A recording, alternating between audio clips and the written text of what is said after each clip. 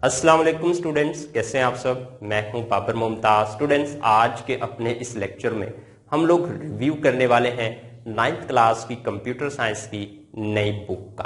तो students, 9th class की computer science की नई बुक की बात करने से पहले मैं आप लोगों से जो 9th क्लास का ओल्ड कोर्स है उसकी थोड़ी सी बात करना पसंद करूंगा। देखिए स्टूडेंट्स, 9th क्लास में जो स्टूडेंट्स इनरोल होते थे कंप्यूटर साइंस में, हमारा 4 ईयर का तजर्बा है ओल्ड बुक को पढ़ाने का। तो हमने स्टूडेंट्स में क्रेज देखा है। उनमें जब 9th क्लास में एंटर होते हैं तो कंप्यूटर की फील्ड में कुछ फोड़ने का, कुछ करने का जज्बा होता है। लेकिन जब उनको ओल्ड कोर्स पढ़ाया जाता था 9th क्लास का कंप्यूटर साइंस का, तो बच्चों का जो क्रेज था वो आहिस्ता आहिस्ता कम होता था और वो कंप्यूटर की फील्ड में कुछ इतना फोड़ नहीं पाते थे। तो अब जो 9th क्लास की कंप्यूटर साइंस की ये नई बुक है, मैं दावे के साथ कह सकता हूं कि इसको पढ़ने के बाद स्टूडेंट्स कंप्यूटर साइंस में कुछ ना कुछ करके जरूर दिखाएंगे।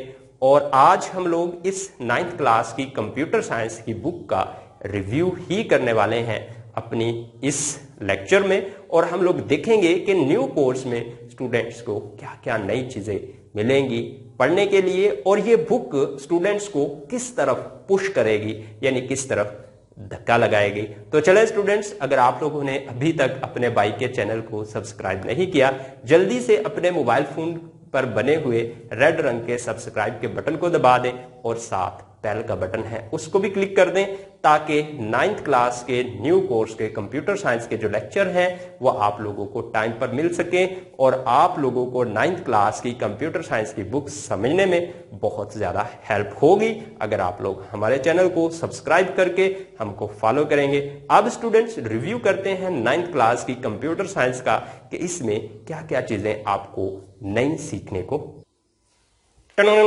अब ये है स्टूडेंट्स 9th क्लास की बुक, जिसकी मैं इतनी ज्यादा तारीफ कर रहा था। छप के मार्केट में आ चुकी है और जो पब्लिक स्कूल हैं उनमें ये पहुंच चुकी हैं। तो अब स्टूडेंट्स, हम लोग इसका रिव्यू करते हैं, यानी देखते हैं इस बुक में हमको क्या मिलने वाला है। तो सबसे पहले स्टूडेंट्स, इस बुक का जो फर्स्ट चैप्टर है वो है प्रॉब्लम सॉल्विंग। अब देखिए स्टूडेंट्स, हम अपनी जिंदगी के बहुत से मसाइल कंप्यूटर से हल करवाते हैं। और अब तो आप लोग देखेंगे कि आप लोग जहां पे भी जाते हैं, आप लोग एक शॉप पे जाते हैं, आप लोग शॉपिंग मॉल पे जाते हैं, तो आप लोगों को वहां पे कंप्यूटर नजर आता है। या आप लोग टिकट लेने जाते हैं, सफर करना, अपने ट्रेवल करना है, तो वहां पे आप लोगों को कंप्यूटर नजर आता है। अब ये कंप्यूटर क्या कर रहा है, वहां पे जो काम करने वाले बंदे हैं उनके मसाइल को हल कर रहा है। और इस चैप्टर में हम लोग डिस्कस करने वाले हैं कि किस तरह से जिंदगी के मसाइल को कंप्यूटर में हम लोग हल कर सकते हैं। तो उसके लिए हमको प्रॉब्लम सॉल्विंग के स्टेप्स का पता होना चाहिए, और इस चैप्टर में आप लोगों को प्रॉब्लम सॉल्विंग के स्टेप्स सिखाए जाएंगे। और मैं इंशाल्लाह प्रॉब्लम सॉल्विंग के स्टेप्स की बना के वीडियो भी अपलोड करूंगा। वो आप लोगों को उसी वक्त मिलेगी जब आप अपने मोबाइल फोन पर बने हुए रेड रंग के सब्सक्राइब के बटन को दबा देंगे और साथ बेल के बटन पर क्लिक करके ऑल पर क्लिक कर देंगे। अब स्टूडेंट्स, उसके बाद आप लोगों को इस चैप्टर में सीखने को मिलने वाला है फ्लो चार्ट। अब फ्लो चार्ट क्या होता है, इसको स्टूडेंट्स आप लोग इस तरह से ही समझ लें, जिस तरह से आपने कोई घर बनाना है, कोई हाउस बनाना है, तो उसके लिए आप लोग सबसे पहले क्या करेंगे, नक्शा बनवाएंगे ना। वो नक्शा आप लोग मिस्त्री को देंगे और मिस्त्री उस नक्शे को देख के आपके लिए खूबसूरत सा घर डेवलप कर देगा। अब ये फ्लो चार्ट ये रोल अदा करता है डिजाइनिंग का, कि आपने प्रॉब्लम को सॉल्व कराना है कंप्यूटर के जरिए। पहले आप लोग उसकी क्या करेंगे, फ्लो चार्ट बना के उस प्रॉब्लम को समझेंगे, फिर आप लोग उसका कंप्यूटर की तरफ। उसके बाद स्टूडेंट्स, जब आप लोग प्रॉब्लम को समझ लेंगे तो आप लोग एल्गोरिदम लिखेंगे, यानी तरीका कार होता है किसी भी प्रॉब्लम को हल करने का, ये एल्गोरिदम। अब इस एल्गोरिदम में आपने जो जो बातें पढ़नी है उनकी वीडियो में जरूर बना के अपलोड करूंगा। टेस्ट डाटा, स्टूडेंट आप लोगों को जब एल्गोरिदम काम करने का तरीका कार आ जाएगा, फिर आप लोगों को डेस्क चेकिंग सिखाई जाएगी, जिसमें आप लोग एल्गोरिदम में कुछ डाटा पुट करेंगे और तरीकाकार बताया जाएगा कि आप लोगों ने किस तरह से डाटा को टेस्ट करना है। उसके बाद students, verification and validation. Verification and validation computer science में बहुत इंपॉर्टेंट सॉफ्टवेयर डेवलपमेंट में कॉन्सेप्ट है और वो इस चैप्टर में शामिल किया गया। उसके बाद students identification and correction of error. आप देखें स्टूडेंट्स, हम लोग जब भी इंसान कोई काम करते हैं उसमें गलती के अमकानात होते हैं, तो यहाँ पे इस चैप्टर में आप लोगों को सिखाया जाएगा कि आपने एरर्स की किस तरह से आइडेंटिफिकेशन करनी है और उसको फिर जब पहचान हो जाए तो उसको आप लोगों ने रिमूव कैसे करना है। अब स्टूडेंट्स हम लोग बढ़ते हैं चैप्टर नंबर 2 की तरफ, और चैप्टर नंबर 2 जो है वो 9th क्लास की न्यू बुक में वो है बाइनरी सिस्टम। अब स्टूडेंट्स अगर बात करूं चैप्टर नंबर 2 की बाइनरी सिस्टम की, तो ये कंप्यूटर साइंस की ओल्ड जो बुक थी उसके 3 चैप्टर से मिलकर बना है। यानी एक चैप्टर तो नंबर सिस्टम था ओल्ड बुक का, वो चैप्टर नंबर 2 में शामिल किया गया। उसके बाद स्टूडेंट्स जो स्टोरेज वाला 4th चैप्टर था मेमोरी स्टोरेज वाला, वो नंबर सिस्टम में शामिल किया गया। बुलियन अलजेब्रे वाला 5th चैप्टर था, वो इस चैप्टर में शामिल किया गया है। अब स्टूडेंट्स देखते हैं कि इस चैप्टर में क्या क्या पढ़ने वाले हैं हम लोग। इंट्रोडक्शन ऑफ नंबर सिस्टम को डिस्कस करेंगे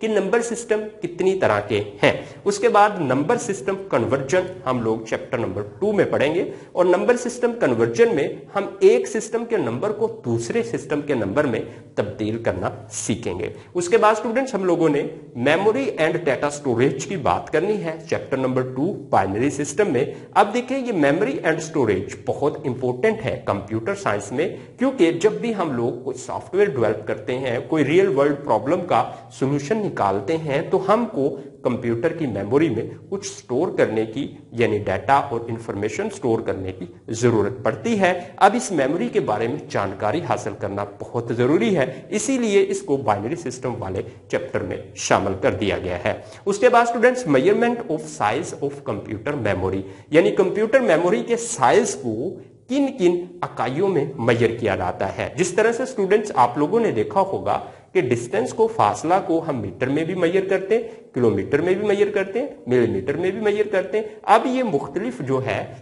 लंबाई को मापने के यूनिट्स हैं। बिल्कुल इसी तरह मेमोरी को मेजर करने के भी कंप्यूटर साइंस में मुख्तलिफ यूनिट हैं, और वो हम लोग चैप्टर नंबर 2 बाइनरी सिस्टम में डिस्कस करेंगे। उसके बाद students Boolean algebra, Boolean algebra की हम लोग चैप्टर नंबर 2 में बात करने वाले हैं, और आप लोगों को हम लोग बहुत अच्छे तरीके से स्टूडेंट्स चैप्टर नंबर 2 पढ़ाएंगे। और आप लोगों को हमारे कंप्यूटर साइंस के 9th क्लास के लेक्चर कब मिलेंगे, जब आप लोग हमारे चैनल को सब्सक्राइब कर लेंगे और बेल के बटन पर क्लिक कर देंगे। एक और बात स्टूडेंट्स, आप लोग देखेंगे हमारे चैनल पर फिजिक्स की वीडियो अपलोड है, लेकिन मैं कंप्यूटर साइंस का टीचर हूं, और अक्सर मेरे दोस्त भी मुझसे ये सवाल पूछते थे कि यार आप कंप्यूटर साइंस को क्यों नहीं पढ़ाते।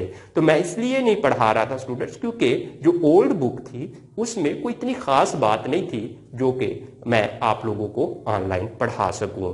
यानी मुझे खुद फील होता था यार कि क्या कोर्स है, इससे बच्चों को कोई खास जो है जदीद दौर के साथ चलने के लिए रहनुमाई नहीं मिल रही। तो अब स्टूडेंट्स हम लोग कंप्यूटर साइंस का बाकायदा कोर्स जो है मुकम्मल 9th क्लास का और 11th क्लास का भी अपलोड करेंगे, उसके बाद 10th और 12th का भी अपलोड करेंगे। तो अब स्टूडेंट्स हम बात कर लेते हैं चैप्टर नंबर 3 की, वो है नेटवर्क्स। नेटवर्क्स में जो हम लोग लर्न करने वाले हैं, सबसे पहले हम लोग नेटवर्क को डिफाइन करने वाले हैं। उसके बाद बेसिक ऑफ कम्युनिकेशन, यानी कम्युनिकेशन जो होती है तो उसकी बेसिक जानेंगे। अब देखिए स्टूडेंट्स, जब हम लोगों ने इलेक्ट्रॉनिक डिवाइसेस को आपस में जोड़ना है तो उनका मकसद क्या जोड़ने का, ताकि उन डिवाइसेस के दरमियान हम लोग कम्युनिकेशन करवा सकें। अब ये इंटरनेट भी एक नेटवर्क है जो कि पूरी दुनिया में फैला हुआ है। अब स्टूडेंट्स इसमें आपने देखा होगा कि मुख्तलिफ इलेक्ट्रॉनिक डिवाइसेस आपस में कम्युनिकेशन करती हैं। तो अब ये इन कम्युनिकेशन डिवाइसेस की बेसिक क्या है, ये हम लोग डिस्कस करने वाले हैं। नेटवर्क स्टूडेंट्स कंप्यूटर साइंस का बहुत अहम टॉपिक है। Understanding network modules, network modules की अंडरस्टैंडिंग हम लोग सीखेंगे किसमें, चैप्टर नंबर 3 में। बेसिक ऑफ डाटा कम्युनिकेशन का कॉन्सेप्ट हम लोग डिस्कस करने वाले हैं चैप्टर नंबर 3 नेटवर्क्स में। उसके बाद students protocol in TCP and IP suit को डिस्कस करेंगे हम लोग चैप्टर नंबर 3 में, नेटवर्क्स वाले चैप्टर में। Understanding the need for addressing, यानी एड्रेसिंग के हवाले से जो क्या क्या चीजें हमें जरूरी हैं वो हम लोग इस चैप्टर में डिस्कस करने वाले हैं। Understanding HTTP request and their responses को हम लोग देखेंगे। इस चैप्टर में रूटिंग का कॉन्सेप्ट देखेंगे। अब स्टूडेंट्स जो चैप्टर नंबर 3 में नेटवर्किंग के कॉन्सेप्ट दाखिल किए गए हैं, शामिल किए गए हैं, बहुत इंपॉर्टेंट है कंप्यूटर साइंस की फील्ड में, और ये आप लोगों को नेटवर्क की तरफ पुश करने में बहुत हेल्प करेंगे। आप देखिए स्टूडेंट्स, कंप्यूटर साइंस की फील्ड में जब आप लोग दाखिल होते हैं तो या तो आप लोग सॉफ्टवेयर डेवलपर बनते हैं या फिर आप लोग नेटवर्क बनते हैं। तो चैप्टर नंबर 4 आप लोगों को सॉफ्टवेयर डेवलपमेंट की तरफ पुश करेगा और चैप्टर नंबर 3 आप लोगों को नेटवर्क्स की तरफ पुश करेगा। अब स्टूडेंट्स हम लोग बात कर लेते हैं chapter number 4। Chapter number 4 students, अगर आप लोग कंप्यूटर साइंस के स्टूडेंट हैं तब भी आपके लिए बहुत ज्यादा इंपॉर्टेंट है, और अगर आप लोग कंप्यूटर साइंस के स्टूडेंट्स नहीं हैं तो तब भी आप लोगों के लिए बहुत अहम है, क्योंकि डाटा एंड प्राइवेसी हर एक का मसला है। हर एक इलेक्ट्रॉनिक डिवाइस इस्तेमाल करता है और उसको पता होना चाहिए कि किस तरह से उसने अपने डाटा एंड प्राइवेसी को सेव करना है।